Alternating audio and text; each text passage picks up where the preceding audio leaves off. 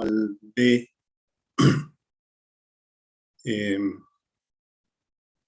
y otra y cuadrado igual B cuadrado por X sobre A. Entonces, la primera opción es elegir los elementos diferenciales. En un área siempre se puede elegir un horizontal o un vertical, eso depende de cómo quiera trabajar cada uno de ustedes. Esas dos posibilidades se dan. Y si algunos, por ejemplo, quieren abreviarse de repente un poco el trabajo, quieren hacerlo con integrales dobles, entonces se elige simplemente un pequeño rectángulo, un cuadradito por aquí por el medio, y se caracteriza eso. No se olviden ustedes entonces que hay que tener un elemento diferencial claramente posible de saber cuál es su área, y además hay que especificar su centroide. O sea, para este pequeño rectángulo que está sombreado de color verde, hay que conocer la ubicación de su centroide. Como es un rectángulo, sabemos que debe estar en su punto medio, ¿cierto? Entonces, las coordenadas X con una pestañita arriba y Y con una pestañita arriba son las que ubican ese punto. Ahora, en el lado del Y con una pestañita arriba, como el elemento diferencial está ubicado a una distancia Y medido desde el eje X, y como este ancho es sumamente delgado, podemos decir también que el Y con pestañita o con cejita es igual al Y simplemente, ¿ya? Por lo delgado que es este elemento diferencial. En cambio, para X es la mitad de la longitud de ese rectángulo, ¿no es cierto? Entonces, esta X con su pestañita lo tenemos que caracterizar convenientemente. Y entonces, lo que vamos enseguida a ver son nuestras fórmulas. ¿Qué fórmulas vamos a utilizar? Tenemos dos fórmulas básicamente que se usan para este propósito, que son esta primera para la coordenada X del centroide y la segunda la coordenada Y para el centroide, ¿no es cierto? ¿Qué necesitamos para cada una de ellas? Como ya dijimos, la coordenada X del centroide del pequeño elemento diferencial. Necesitamos la coordenada Y del pequeño elemento diferencial, que dijimos que simplemente será Y, ¿no? Ya lo hemos puesto aquí, observen. Las integraciones dependerá qué variable utilicemos, cómo esté dispuesto nuestro elemento diferencial, ¿no? Entonces, nos toca ahora establecer el diferencial de área, que es el otro factor que necesitamos que esté presente allí. En ambas fórmulas se necesita el diferencial de área, ¿no es cierto? El diferencial de área no es otra cosa que el área de este pequeño rectángulo de color verde, ¿ya? Entonces, será su largo por su ancho, ¿cierto? Vamos a reubicar un poquito esta figura para poderla visualizar mejor. Bien, para establecer esta área, lo que tenemos que tener es una diferencia entre dos funciones. Una función que es esta línea curva y otra que es el eje Y, ¿no es cierto? Si miramos cualquier parte del área que elijamos, está limitado entre esas dos curvas. Entonces, lo que hacemos es diferencial de área, x2 menos x1. Aquí están definidas x2, será esta curva. x1 es igual a 0 porque es igual a y, ¿cierto? Entonces simplemente nos quedará la expresión para x2. ¿De dónde sacamos x2? De esta ecuación que nos dan para la curva, que está limitando esta figura de color gris. Lo despejamos de aquí, x será igual a por y cuadrado sobre b cuadrado, ¿cierto? Entonces, ese es el diferencial de área. Ya tenemos entonces diferencial de área, ya tenemos y, que dijimos que era igual simplemente a esta y de aquí. Nos falta ahora esta expresión para este pequeño elemento diferencial, o sea, su coordenada x. Y como verán, también se puede establecer simplemente con la diferencia de estas dos funciones, dividiéndolas entre dos, ¿no es cierto? Si yo entonces resto esta función menos esta que es 0, eso ya lo teníamos por aquí, observen, ya lo tenemos aquí. ¿no? Habrá que dividir solamente entre 2 esto porque lo que quiero es estar en el punto medio, ¿no? Entonces, lo que tenemos aquí en el paréntesis sería la diferencia de estas dos funciones. Observen, si diferenciamos estas dos funciones, es lo que tenemos aquí. Y eso es lo que hemos expresado aquí abajo entonces, ¿no? Y es como dividir esta función de aquí, excepto el diferencial de y, dividir entre 2. Bien, entonces tenemos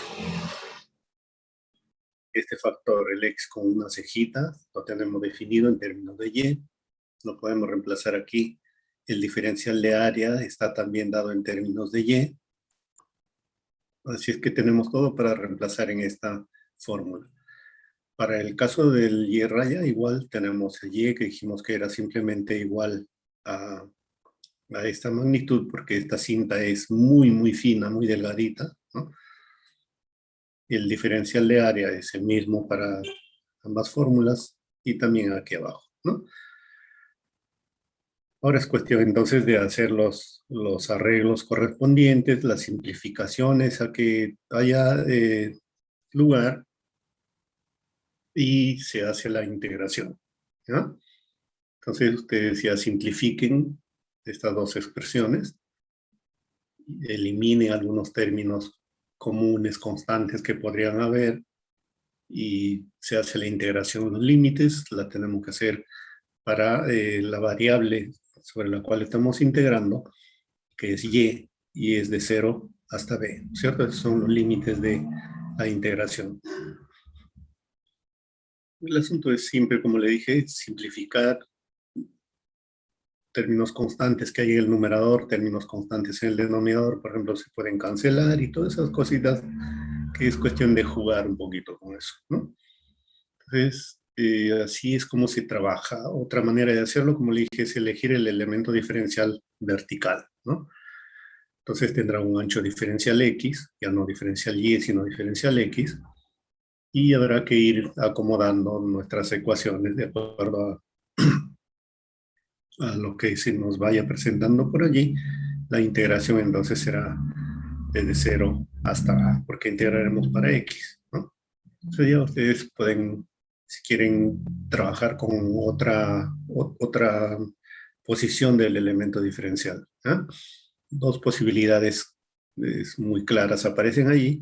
Y como le dije, una tercera, si ustedes quieren trabajar con integrales dobles, ¿no? Yo voy por lo más sencillo para que ustedes me puedan entender, porque para mí sería muy fácil agarrar y hacer un integral doble y eso lo hago en un par de minutos, ¿no? Pero seguramente nadie me va a entender eso. Entonces, es la razón por qué los presento de esta manera. Entonces, ustedes ya terminen con el desarrollo de esto, simplificando, integrando. Yo solo quería que ustedes entiendan cómo es el proceso del planteamiento del problema, ¿sí? ¿Alguna consulta sobre esto? ¿Alguna pregunta?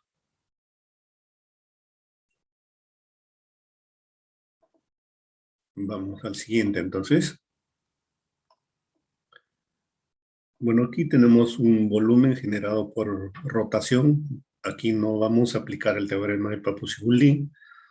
Aquí vamos a hacer el proceso que se hace por integración y nos dan entonces un área, ¿no?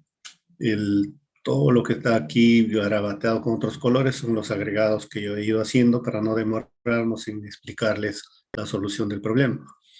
Entonces, esta figura sombreada es la que va a rotar una vuelta completa alrededor del eje X y se genera entonces ya un sólido tridimensional que tendrá entonces, además de los ejes X y Y, tendrá el eje Z, ¿cierto? Y si buscamos su centroide, va a estar seguramente sobre el eje X, porque la distribución de este cuerpo es sobre el eje X. En cambio de los otros será 0, 0, ¿no? Porque no tenemos distribución de este cuerpo en, sobre esos ejes, ¿no? En todo caso sería un eje de simetría eso. Entonces, si vamos a eje, que es el eje X, necesitamos entonces la coordenada X, ¿sí? del centroide de esta área. La coordenada Y y la coordenada Z son cero, ¿no? Porque realmente el punto que llamamos centroide tiene tres componentes, pero X y Y son cero, perdón, Y y Z son cero, solamente X va a tener un valor que vamos a poder calcular, ¿no? Entonces, lo que hacemos es ubicamos ahora un diferencial de volumen. Para los casos de sólidos de revolución, hemos dicho que son discos los que van a ser sus elementos diferenciales, ¿no? Entonces, observen este disco, se puede determinar fácilmente su volumen porque será pi por r cuadrado el área más el espesor que es diferencial x para el caso que lo estamos presentando aquí, ¿no? Entonces el volumen no es ningún tipo de problema poderlo expresar, saber cuál es, ¿no?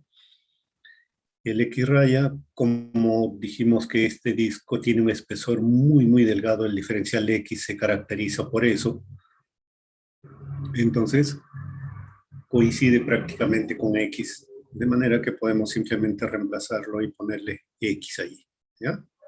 Porque como le dije, repito, este espesor para este disco es muy, muy delgado, sumamente fino, de manera que si yo lo ubico con un X respecto del eje Y, el X raya, o sea, el X de su centroide, también va a estar, como estará pues en la mitad de este espesor, y ese espesor prácticamente no se puede diferenciar y esa distancia no es significativa comparada con X, ¿no es cierto? Entonces por eso ponemos simplemente X y aquí colocamos el diferencial de volumen. Entonces observen el radio de, de este disco es similar a la coordenada Y, ¿cierto? Se está en el sentido de la coordenada Y. Si yo voy mirando esta área, voy a ir viendo que sus diferentes puntos tienen diferentes radios si es que imaginamos que está girando, ¿no? Entonces de ahí despejamos y eso lo reemplazamos aquí elevando al cuadrado, que es pi r cuadrado, entonces es pi y cuadrado diferencial x, ¿cierto? Entonces si despejamos de aquí, despejamos y, tendremos una raíz cúbica, ¿verdad? Y como aquí nos dice elevada al cuadrado, entonces raíz cúbica elevado al cuadrado, que sería el equivalente de escribir pi por b cuadrado, perdón, en paréntesis b cuadrado por x sobre 8 elevado a la 2 tercios, ¿no? Diferencial x. Entonces, ya tenemos el diferencial de volumen, ya tenemos x, de manera que aquí en esta expresión ya están reemplazadas. ¿Entre qué valores vamos a integrar? Aquí x varía desde 0 hasta una distancia b, como ustedes pueden ver, ¿no? Entonces se hace la integración para esos límites. Habrá que simplificar seguramente esta integral. Miren ustedes aquí, por ejemplo, hay pi en el numerador, pi en el denominador. Eso se cancela, ¿no es cierto? Probablemente por aquí b cuadrado, 8, no sé, alguno de ellos probablemente también se puedan cancelar. Eso ya es cuestión de que ustedes lo vayan explorando a medida que van desarrollando esto. Si el planteamiento es lo que yo quiero que ustedes entiendan bien, y es así, ¿no? Entonces, esta fórmula sale de nuestra fórmula base que habíamos dado en una primera clase de este capítulo, así que aquí lo reconocen ustedes muy fácilmente. ¿Preguntas sobre esto? ¿Alguna duda o un comentario? Este tipo de problemas se trabaja también con un teorema de Papos-Goulding. Mientras no nos digan nada, nosotros podríamos optar por cualquiera de ellas, ¿no? Pero si nos dicen ya explícitamente podemos trabajar con la que nos piden, pero si no nos dijeran nada, esto por ejemplo podríamos haber optado por haber trabajado con el teorema de Papos-Goulding, ¿no? Por eso en algunas veces cuando hacen unas preguntas algunos autores dicen, ¿no? Determinar por integración, te dicen, ¿no? Bien, vemos entonces una más por aquí.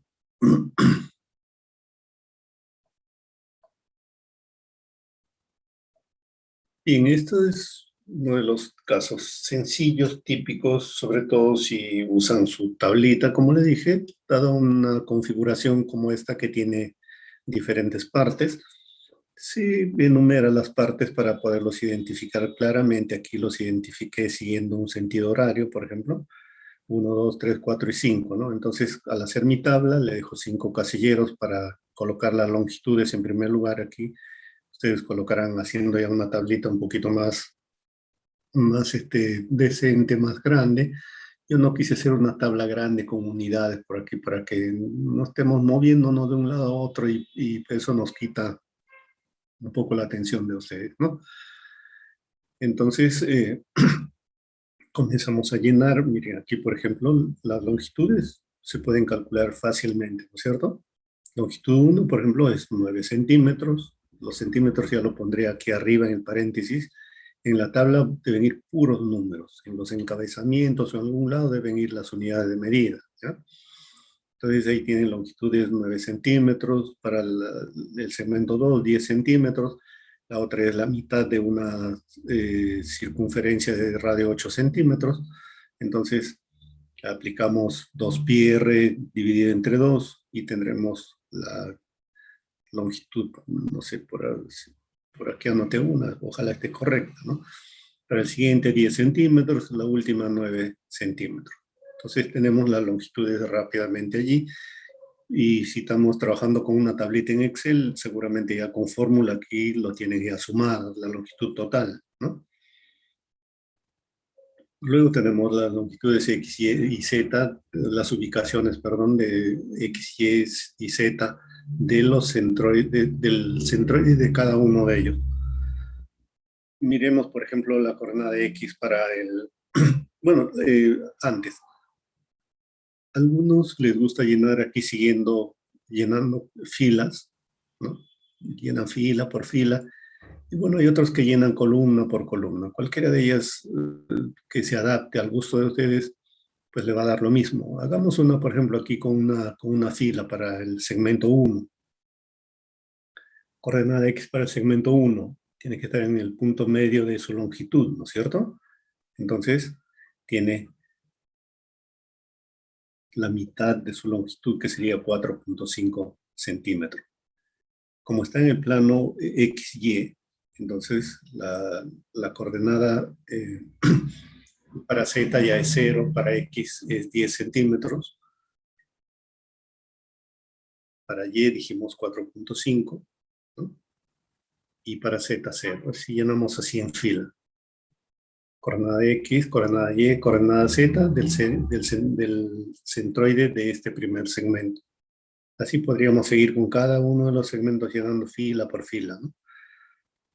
Y si queremos, por ejemplo, llenar por columnas, eso significa llenar las coordenadas X de todos los segmentos que estamos viendo aquí.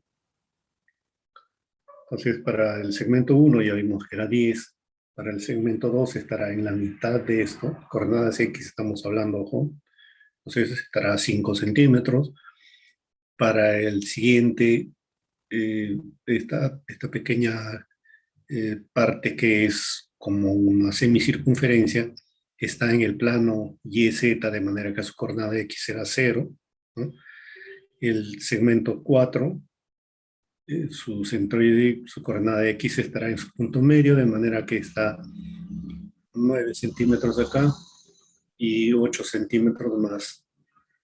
O si queremos aquí simplemente, creo que es mucho más fácil mirar aquí la distancia, es un diámetro, ¿no es cierto? Que sería 16 centímetros.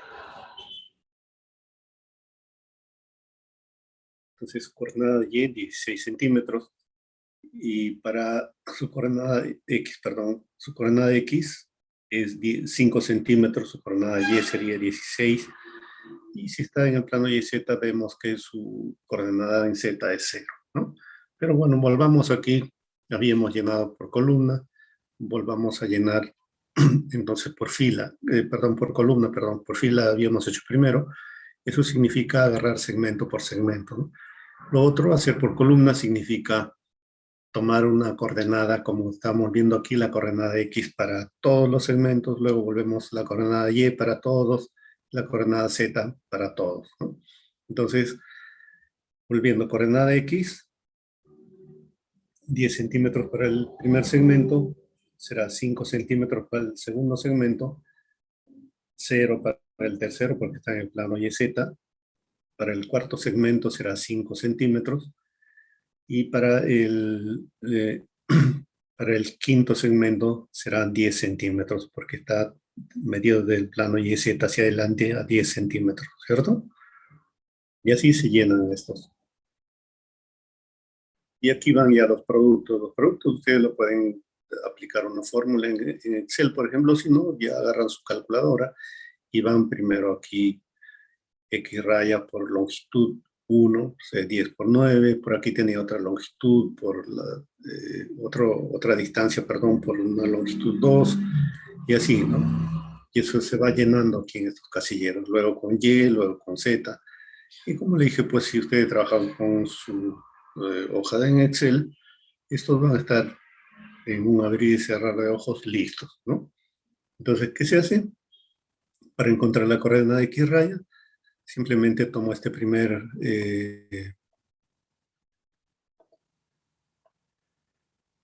resultado acá, lo divido entre la longitud total y ya tengo X raya, ¿no?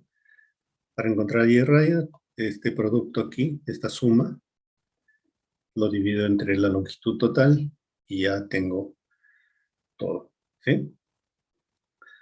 Entonces así se hace rápidamente esto.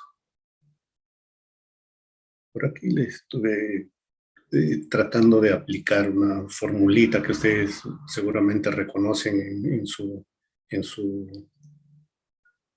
formularios, tanto para el Z raya como para la longitud 3, que no es otra cosa que una semicircunferencia, ¿no es cierto? 2pi por r sobre 2 nos dará esta longitud.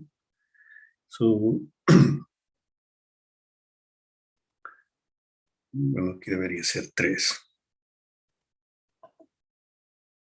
El Z4 lo puse equivocadamente allí. Vamos a corregir.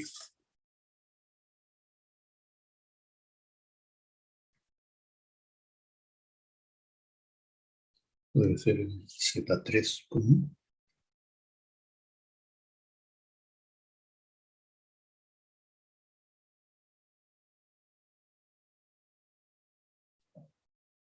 Z3 entonces 2R sobre pi, ¿no? Esto lo pueden identificar ustedes en su formulario, que seguramente ya están manejando un formulario. Les reitero, tienen que manejar el formulario porque si no lo hacen al momento que van a querer usar para un examen, no van a saber cómo se aplica eso. Entonces es un formulario hay que acostumbrarse a manejarlo porque ya le dije, la distribución que aparece de las figuras no siempre son las mismas. Los ejes coordenados pueden estar cambiando por aquí o por allá, dependiendo cómo lo presente el autor. Y ahora que me acuerdo de examen, pues tienen ustedes para definir el día de hoy, en la clase de la tarde, me comunican en qué horario y qué día de la próxima semana lo quieren dar, ¿de acuerdo? Si no lo hacen ustedes, tendré que yo imponerles un horario y bueno, si no les gusta, pues, ¿qué vamos a hacer, no? Yo estoy dándole la preferencia a ustedes, que son los usuarios, diríamos, del servicio, a que definan una hora para dar su examen, ¿ya? No se olviden, entonces, pónganse de acuerdo. Creo que ustedes tienen incluso delegados. A través de su delegado me lo pueden comunicar. Si no, en la clase de la tarde, pues me lo dicen y todos felices. ¿Tienen alguna pregunta sobre esto? Bien, sigamos entonces. Por ahí tenemos el caso de las áreas, que también se trabaja lo mismo. Aquí en la figura pues aparecen eh, ya algunas divisiones, pero entiendan que eso los he hecho solamente para poderlos ir explicando mejor, tener un tiempo un poquito más prolongado para hacer los comentarios del caso, ¿no? La figura es solamente la figura de color gris. Las demás las he marcado yo. Entonces nos dan una distribución allí y nos piden que determinemos el centroide de eso, ¿no? Entonces nosotros podemos dividir eso en áreas, en partes, de acuerdo a como se quiera, ¿no? Algunos pueden, por ejemplo, considerar esto un cuadrado, un triángulo arriba. Podrían considerar luego quitarle un semicírculo o tener dos triángulos arriba como los he marcado yo. Diferentes maneras de poderlo hacer, ¿ya?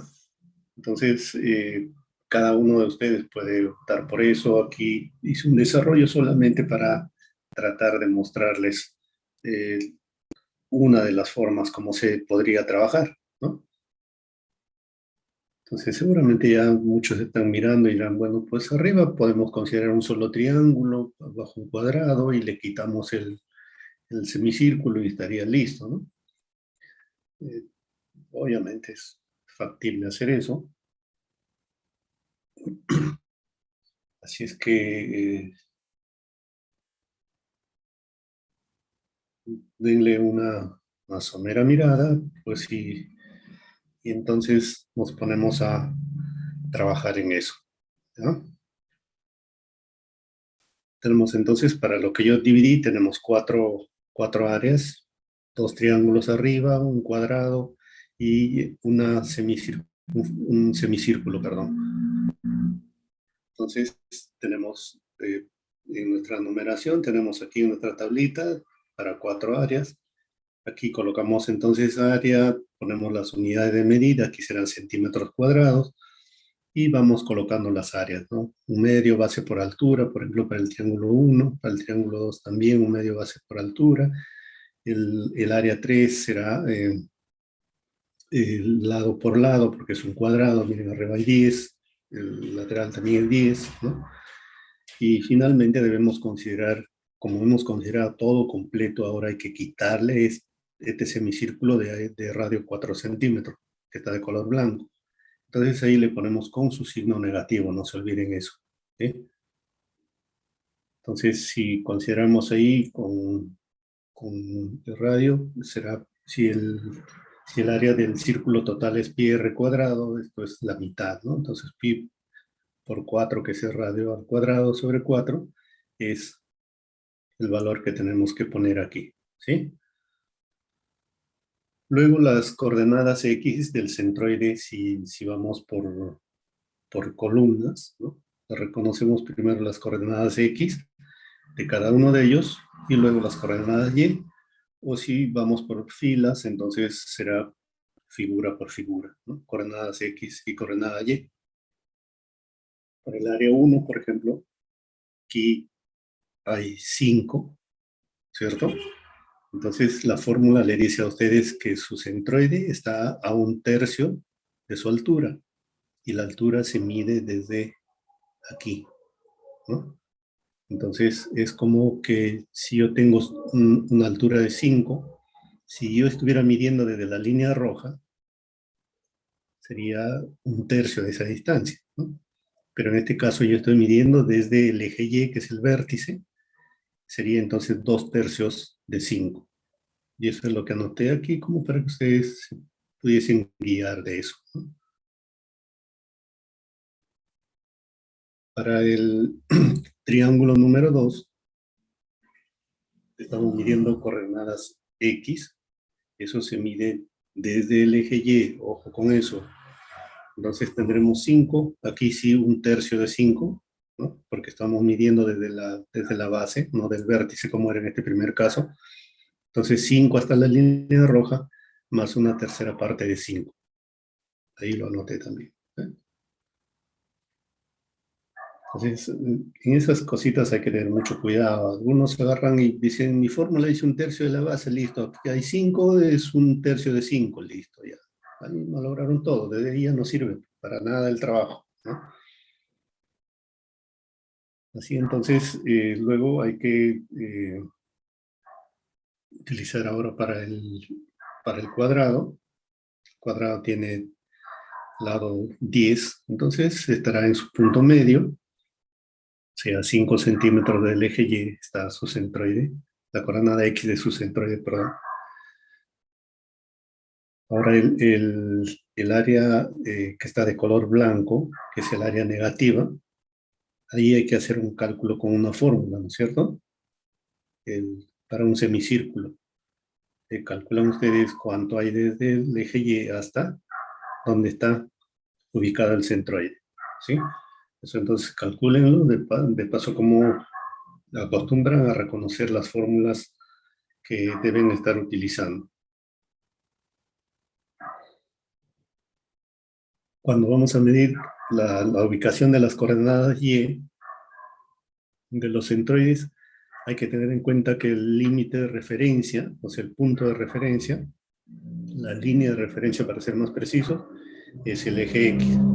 Por ejemplo, para el triángulo número 1, medimos desde X 10 centímetros hasta donde está la línea verde y sumaremos un tercio de esta altura, ¿no? Entonces 10 más 5 sobre 3.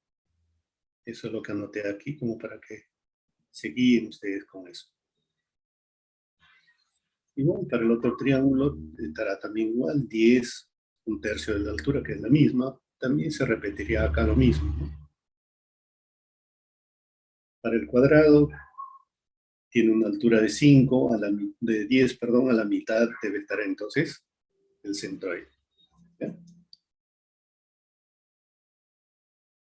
Aquí para la coordenada Y del centroide de este pequeño elemento. Entonces, medimos hasta un eje de simetría, observen, tanto hacia arriba como hacia abajo. Ahí distribuido lo mismo respecto de esta línea. Entonces, el centroide va a estar en esa línea, ¿no? Entonces, el centroide tiene una coordenada igual a 5 en centímetros. Bueno, en los otros ya van los productos y aquí abajo los totales. Finalmente, entonces, aplican ustedes, si quieren, con su tabla, manualmente con calculadora, o si no, ya lo programan su tablita, o perdón, su hoja de Excel para que les haga cálculos en base a lo que tienen en la tabla, ¿no? Estos se pueden referenciar a algunas celdas y rápidamente van a tener el resultado. Y si no es así, agarren su calculadora, hacen los productos aquí, los suman, igual aquí, quieren la coordenada X, lo que tienen en este cuadrito, dividido entre el área total, ¿no? En el X raya, igual en para la coordenada Y, todo lo que tienen en este cuadro, este totalizado, se divide, o sea, es esto, ¿no? Se divide entre la longitud total, entre el área total, perdón, en este caso, y tienen el resultado final.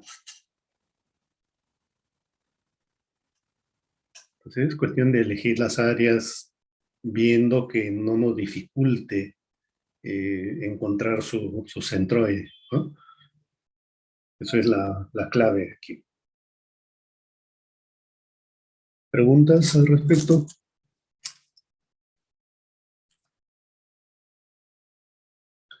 Bien, sigamos entonces.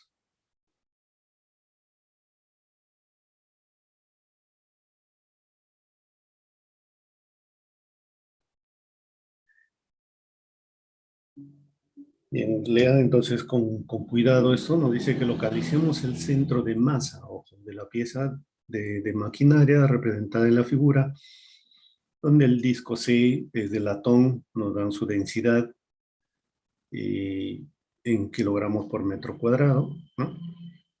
Y nos dicen que está montado sobre un árbol B, o sea, árboles, las partes A y B, como se puede ver, de acero, ¿no? También nos dan la densidad del acero en kilogramos por metro cúbico. Entonces, como nos piden centro de masa, lo primero que hay que pensar es que creo que en nuestra fórmula base que llamamos en la primera clase de estos temas, la fórmula está directa allí, ¿no?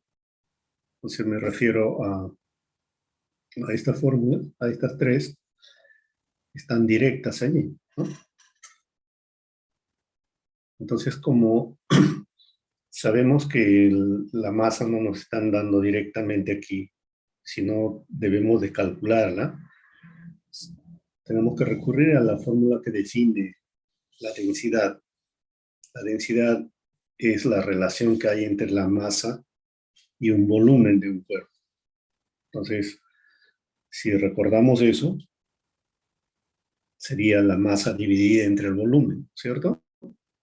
Entonces, si queremos la masa, lo que hacemos es multiplicar la densidad que me están dando por el volumen de cada una de las partes que yo puedo determinar aquí, ¿no? Entonces, claramente aquí tengo tres partes A, B y C. Los volúmenes de cada uno de ellos los puedo determinar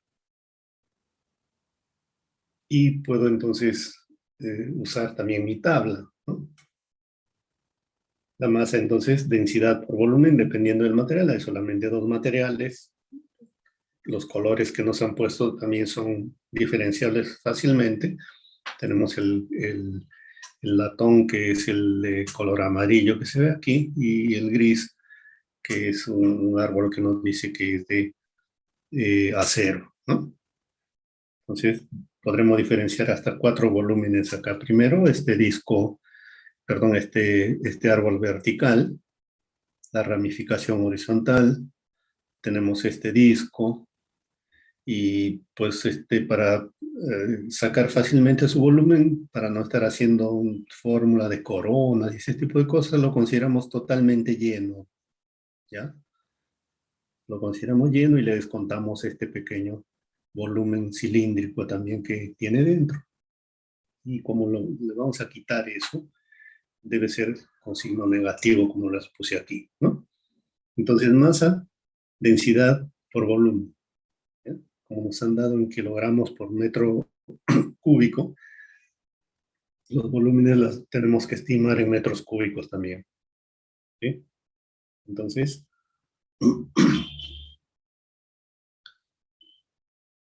estos milímetros o los transforman a metros, o simplemente en la densidad los metros cúbicos lo transforman a milímetros. Creo que mucho más fácil es convertir los milímetros a metros y estimar los volúmenes, ¿ya? Entonces, el, el elemento A y el elemento A son aceros, de manera que tienen la misma densidad, y el latón lo vamos a considerar, repito, completamente lleno, sin este agujero donde está el árbol B, y luego le descontamos, como si fuese ese pedacito de árbol, le quitamos de allí porque allí está el árbol de acero, ¿no? Puede ser así, o si ustedes gustan, pueden hacerlo de cualquier otra manera, no hay problema. Entonces, siempre densidad por volumen, ¿ya? Eso es la masa. Y eso hay que irlo poniendo en la tabla: masa 1, masa 2, masa 3, masa 4, o masa D, como le he llamado aquí, con su signo negativo. Por eso el signo ya lo he puesto ahí para que no lo olviden, ¿sí?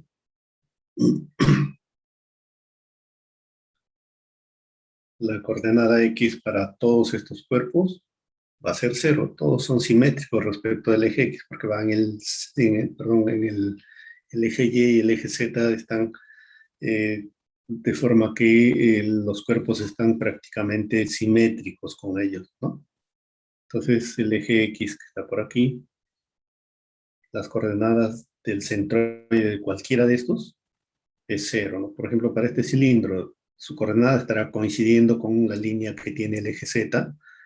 En esa línea debe estar, ¿no? Entonces, para esa línea, cualquier valor de X debe ser cero.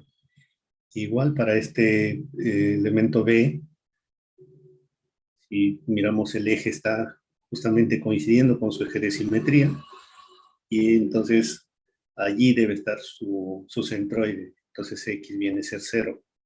Para este disco, en su eje de simetría que coincide con el eje Y, sobre ese punto debe estar su coordenada X, su centroide, perdón, y su coordenada X va a ser entonces cero, ¿no?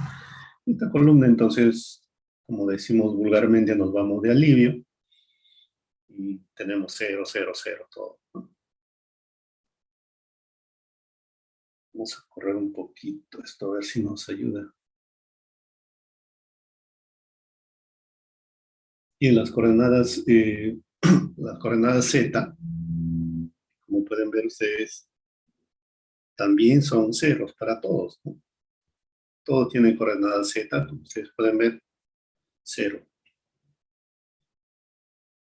En el punto medio, si 150, 150 para estos, punto medio es cero, ¿no? Para este eje horizontal, el eje Y está en su punto medio, entonces la coordenada Z es cero. Para este disco también el eje Y está en el medio, y en ese eje estará el punto llamado centroide, entonces Z también es cero. Prácticamente hay que caracterizar solamente las coordenadas Y, ¿no? Que para el caso de este árbol del lado izquierdo, el árbol A, también va a ser cero, ¿no? No está desplazado a ningún lado. En cambio, el árbol B sí tiene una longitud y a la mitad de su longitud estará su centroide. Entonces, la longitud del árbol B viene desde este punto donde está cortado aquí arriba hasta el borde exterior del disco. La mitad de todo esto debe ser, perdón, la mitad de todo eso debe ser entonces la ubicación del centroide, pero el centroide no se olviden que se mide desde en este caso desde el plano XZ. Entonces debemos de tomar toda esta distancia, perdón, esta distancia aquí 75, sumarle 200, perdón, la mitad de la suma de 200 más 100, que sería 300, entonces 75 más 150. ¿Ya? Entonces, no se olviden, siempre hay que medir desde el plano, en este caso, para ser más precisos, desde allí, la ubicación de esto, eh, aun cuando se note solamente fabricado desde el borde exterior de este cilindro vertical, el centroide va a estar en la mitad de esta distancia. Entonces, como tenemos que referenciarlo a un sistema de referencia, hay que sumarle estos 75, ¿no?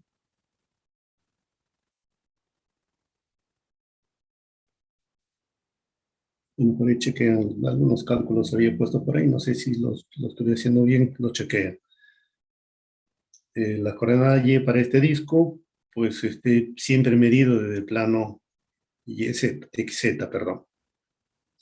Toda esta distancia hasta acá es intocable, 275, y le agregamos la mitad de esto, porque va a estar en la mitad de esto, es como si estuviese ubicado por aquí, ¿no? Entonces, así es como tienen que ir diferenciando, o perdón, estableciendo la coordenada Y, que es la única que prácticamente aquí tiene sentido. Bien, entonces, hecho eso, ya con las masas, con las coordenadas, sabiendo que solamente hay que trabajar con la coordenada Y, aquí prácticamente estas columnas primera y tercera también van a ser ceros. ¿Observen esto? Va a ser cero porque son productos con este factor. La última columna son productos con este factor que son todos ceros. Entonces, ceros, ¿no? Ni siquiera necesitan tocar eso. Lo único que tienen que hacer es poner los factores de cada una de las áreas, o perdón, cada una de las masas por la coordenada Y. Y también aquí es la única que va a tener un totalizador distinto de cero, ¿no? Finalmente, entonces, lo que hacen es dividen entre esta segunda, lo que tienen de segundo casillero aquí abajo, entre el total de las masas y tienen el resultado que es distinto de cero, ¿no? Y es para Y raya, como ustedes podrán ver, es esta la que es distinta de cero. Las otras, aun cuando podamos hacer operaciones, si quieren, pues estos productos serán MI, XI, van a ser ceros. Todos estos son ceros, estos ceros, entonces estas columnas son cero. Solamente esta coordenada Y es distinta de cero, ¿no? Entonces, cuando ustedes den una respuesta, el centro de masa está expresada como esta terna, como este punto. Entonces X será 0, Y tendrá un valor numérico, Z es 0. ¿Ah? ¿Qué pasaría si le dicen además que ustedes calculen el centroide de esa figura? ¿Qué es lo que debería hacerse en ese caso, ¿no? Allí solo tienen que recordar algo. El centroide necesita solamente la geometría del cuerpo. No le interesa que esté hecho de piedra, de madera, de papel, no sé, no importa eso. Entonces, eso significa que todo esto deberíamos llevar a volumen, ¿cierto? Deberíamos conocer el volumen de ese cuerpo. Entonces, miramos sus partes y pues consideramos los volúmenes igual. Si tuviéramos que hacer, digo, en un caso hipotético, ¿no? Me dicen, calcule además el centroide. Me pongo a mirar aquí esto que hemos trabajado y digo, bueno, aquí hay el volumen para el cuerpo A, el volumen para el cuerpo B, el volumen para el cuerpo C y el volumen para un cuerpo D. Ya tengo los volúmenes y eso es lo que voy a llenar por aquí en un cuadrito en vez de tener masa, ¿no es cierto? Entonces, directamente sin necesidad de tener los pesos, perdón, las densidades, puedo tener los volúmenes. ¿Sí? Me refiero aquí el volumen A, volumen B, volumen C, los calculo fácilmente del gráfico que me están dando.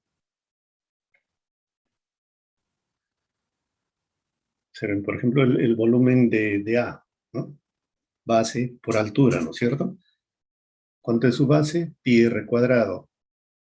75 milímetros, ya dijimos, para hacer compatible con la densidad, lo convertimos primero a metros, ¿no? Entonces, pi por radio al cuadrado por altura, la altura es 300. Y ya está el volumen, ¿no? Para el elemento cilíndrico horizontal, igual, área de su base por su altura, ¿no? Entonces, si queremos trabajarlo con diámetro, con radio, aquí tenemos, por ejemplo, la medida del diámetro. El área también se dice que es pi cuadrado, pi por diámetro al cuadrado, perdón, sobre 4, ¿no? Entonces, es el área de este pequeño círculo que vemos aquí por la longitud que tiene esto, que es 300 milímetros. Tienen el volumen, ¿verdad? Ahora sí, quiero el volumen de este disco de color amarillo. Lo puedo considerar para ser más o menos coincidente con lo que hemos hecho aquí, con esta proyección. Digo, el área de su base por el espesor, ¿no? El área de su base tenemos aquí un diámetro que es 250 y por diámetro al cuadrado sobre 4 por 100, ¿no? Tenemos el diámetro, o perdón, el volumen completamente lleno sin considerar que tiene una perforación en el medio. Y luego le quitamos este pequeño cilindro de alto 100 y de diámetro 125, ¿no? Pi por 125 al cuadrado, o sea, sería pi por diámetro al cuadrado sobre 4 por esta altura con signo negativo y tendríamos este volumen.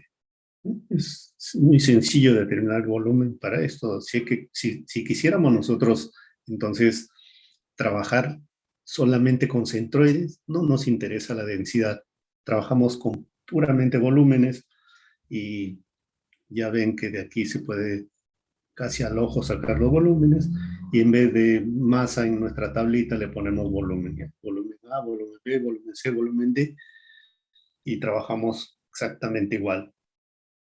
Las coordenadas X raya, Y raya van a seguir siendo cero. Las coordenadas, perdón, Z raya, la coordenada Y raya va a tener los mismos valores. Así es que no hay nada por allí que cambiar. Solamente en estos productos ahora ya no va a ser productos de masa y coordenadas, sino sería de volumen y coordenada, ¿cierto? Igual nos interesa solamente esta segunda. Si ustedes se fijan en esto, ya no necesitan estar llenando las otras porque solo tiene sentido esta que tiene Y raya. Y así se podría trabajar si es que nos piden, además de pedirnos esto, nos pueden pedir.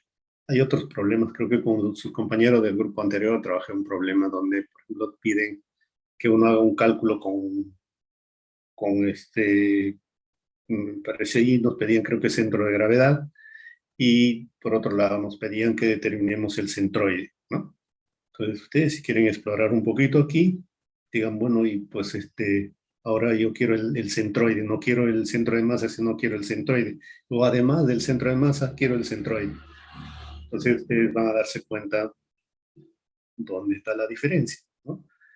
Reitero, el centro de gravedad, el centro de masa, dependen de las características, de la densidad, del peso, de los componentes de un cuerpo.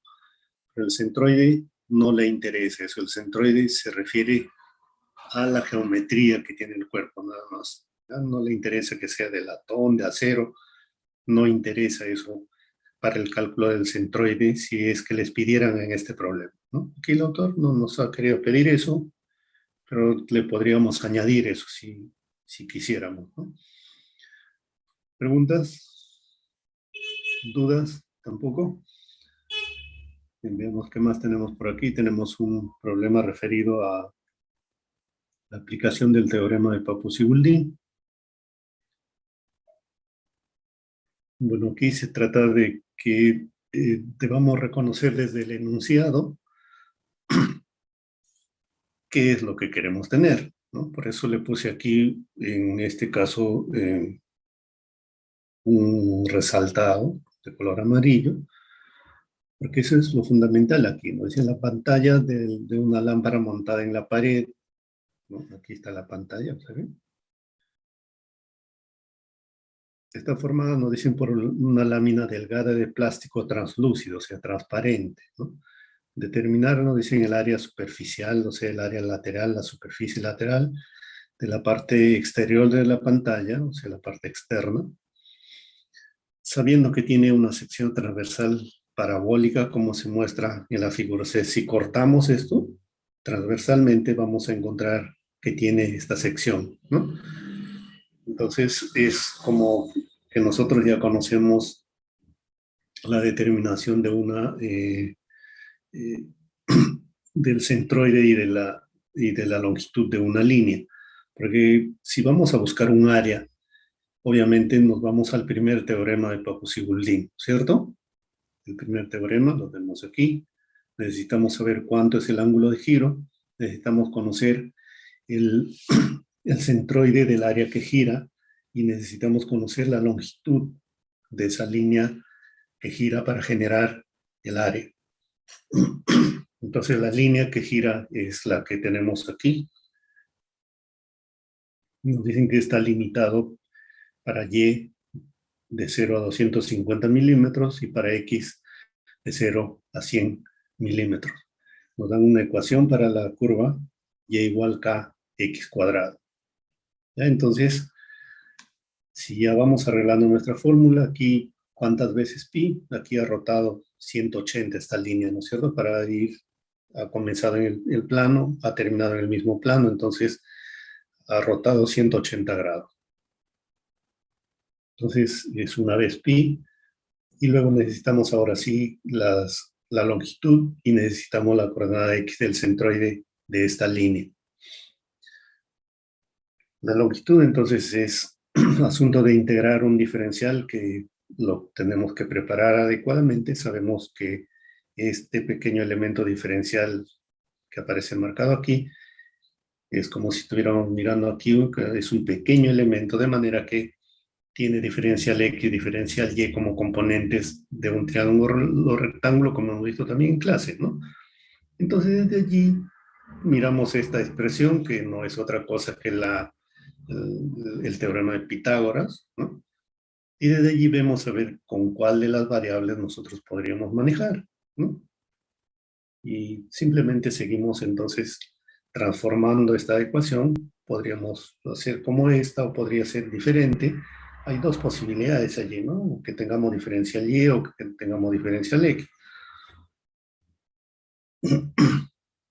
Entonces, ¿qué hacemos ahora? Para poder tener este término, necesitamos saber cuál es la expresión para Y. Entonces, si miramos aquí, Y nos lo están dando como una ecuación que contiene una constante, ¿no? Si esa constante no se especifica, obviamente no vamos a poder darle solución al problema. Entonces, lo que tenemos que ver es las condiciones de contorno que tiene este problema. Entonces, tenemos aquí un punto y tenemos aquí otro, ¿no? Cuando x es 0, y debe ser 0, y cuando x es 100 milímetros, y debe ser 250. Entonces, eso es lo que debemos sustituir, ¿observen? Cuando x, aplicando esta misma ecuación, cuando y es 250, la ecuación sería kx cuadrado, ¿cierto? Como x es 100, entonces podemos colocar esos valores numéricos y tendremos el valor de la constante k. Entonces, establecido el valor de la constante k, escribimos la ecuación ahora sí explícita, completa, ¿no? Bien, entonces, como tenemos la expresión para y, ahora sí podemos ir a nuestra fórmula y ver cuál es la expresión que corresponde a la derivada de y respecto de x. Entonces, si esto es y, alguna derivada, será la derivada de esta expresión respecto de x, ¿no?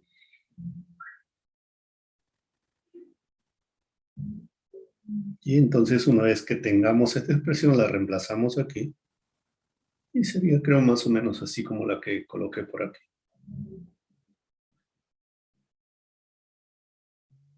Ya tienen ustedes entonces allí la expresión que corresponde al diferencial de L.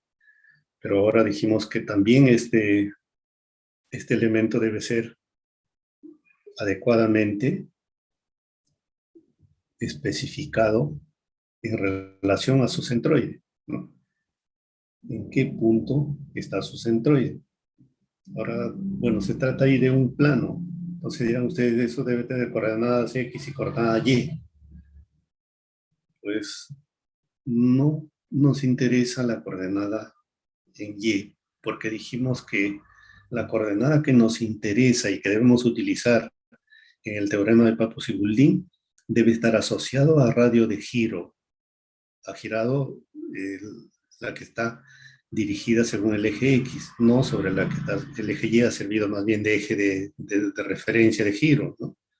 Entonces, esta ecuación no la escribí así porque se me ocurrió, porque si ustedes miran la fórmula del teorema de Papus y Goulding, nos da una cuestión genérica, sino que yo tengo que saber qué pongo aquí, ¿no? Y eso siempre hay que asociarlo a un radio de giro.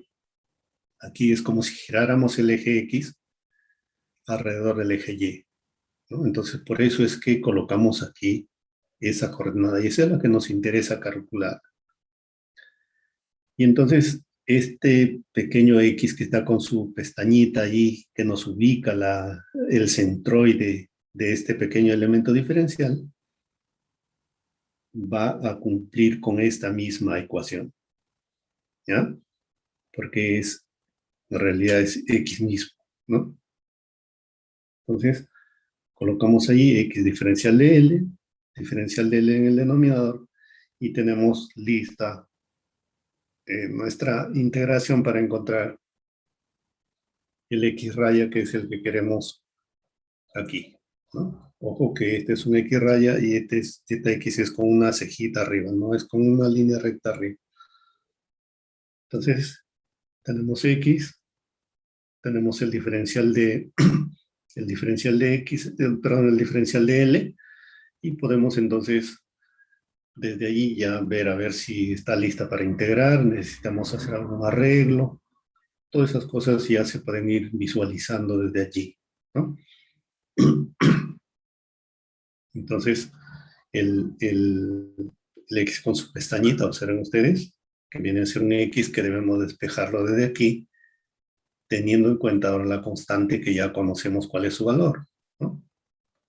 La constante K vale 0,025, entonces pasará dividiendo a y en raíz cuadrada será la expresión que corresponda a X. Entonces, esa es la expresión la ubicación de la coordenada X del centroide, de ese pequeño elemento de línea. Entonces tenemos X, tenemos el diferencial de L, y de ahí ya es cuestión de que cada uno pueda armar su proceso de integración, ¿no? Ver qué tipo de fórmula va a usar para integrar. Ya recordarán ustedes que esto de las líneas son un poquito más caprichosas las integrales que las áreas u otro tipo de integración que hemos venido viendo. Entonces arreglen ustedes esto, simplifiquen lo necesario y pueden ya entonces hacer una integración de acuerdo a lo que ustedes dispongan como formulario, de acuerdo a sus habilidades para integrar, ¿sí? Entonces, este tipo de conocimientos son útiles porque realmente cuando uno hace diseños ya en ingeniería, complementando con algunas otras cosas, esto puede ser útil en muchos casos, ¿no? Los arquitectos, los ingenieros civiles también los usan mucho para poder calcular, por ejemplo, quieren una cúpula, por decir, aplican conocimientos como esto, dándole un espesor en materiales, pueden saber más o menos cuánto de acero, cuánto de concreto van a poder necesitar para tener una obra terminada, ¿no? Ayuda entonces mucho conocer cositas básicas como esto, no solamente es cuestión de que, bueno, ya lo vi por allí, sí, es bonito, ya listo, ¿no? La idea es que hay que ir tratando de hacer útil lo que vamos aprendiendo. Bien, creo que debemos haber terminado por aquí, se supone. Bueno, esto es un problema ya de sistemas de fuerza distribuidas. Este tema lo vamos a ver en la tarde, así es que eh, no sé si está en esto en mis ejemplos, pero vamos a ver algunos ejemplos. Pero si quieren, pueden tomarle una vista a esto también. Esto está hecho con integrales dobles, por ejemplo. Y la solución también es corta, ¿no? O sea, aquí hay la posibilidad de tener elementos integrales en una franja con un ancho diferencial X, en una franja con diferencial y también podríamos tener entonces un pequeño elemento diferencial que nos lleve directamente a la utilización de las integrales dobles, ¿no? Pues, como le digo, es un tema que vamos a ver recién en la tarde. En la tarde les voy a mostrar ejemplos un poquito más didácticos que esto, que como es parte de una práctica, ya es un poquito, diríamos, eh, un poquito, exige un poquito más del estudiante, ¿no? Bien, antes de que se vayan, entonces les reitero de que se pongan de acuerdo para la fecha y hora del examen. Tiene que ser dentro de lo que tenemos asignado como horarios de clase. En tanto, también voy a intentar pasarles un formatito a ver si hacen su registro de asistencia, ¿de acuerdo? Vamos a salir entonces.